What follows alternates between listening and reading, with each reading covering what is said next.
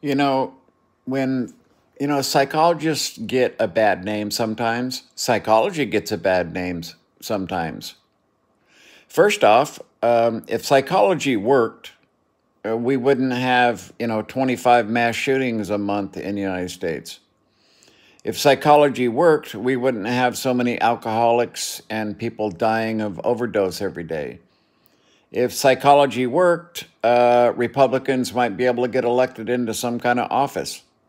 You see, I read this article this morning in a scientific journal. We won't name which one.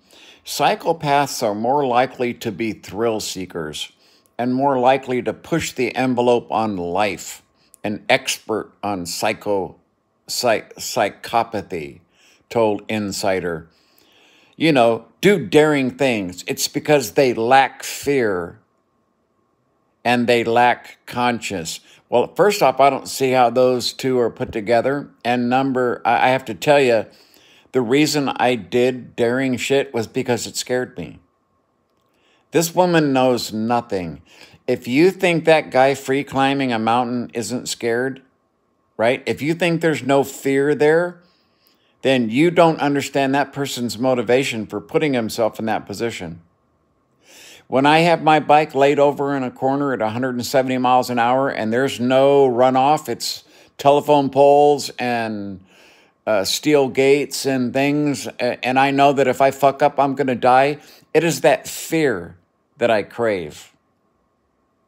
So it just goes to show you that some of these psychological experts don't understand what they're talking about.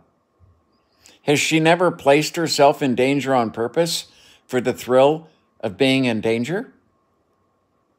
Then she doesn't understand the term, quote unquote, thrill seeking. Psychopaths are more likely to be thrill seekers and more likely to push the envelope on life because they don't have fear.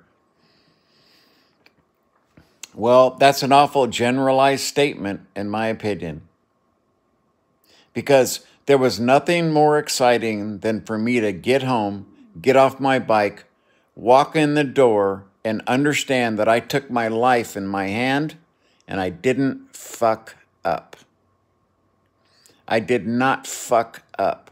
My level of skill and determination conquered my fear. For me, that's how it works for me anyway, as a thrill seeker. It always has, right?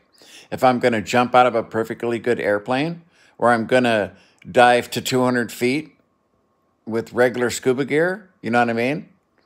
If I'm going to try to tight walk across something where if I fall, I could die if I can't grab that rope, it's the fear that drives me.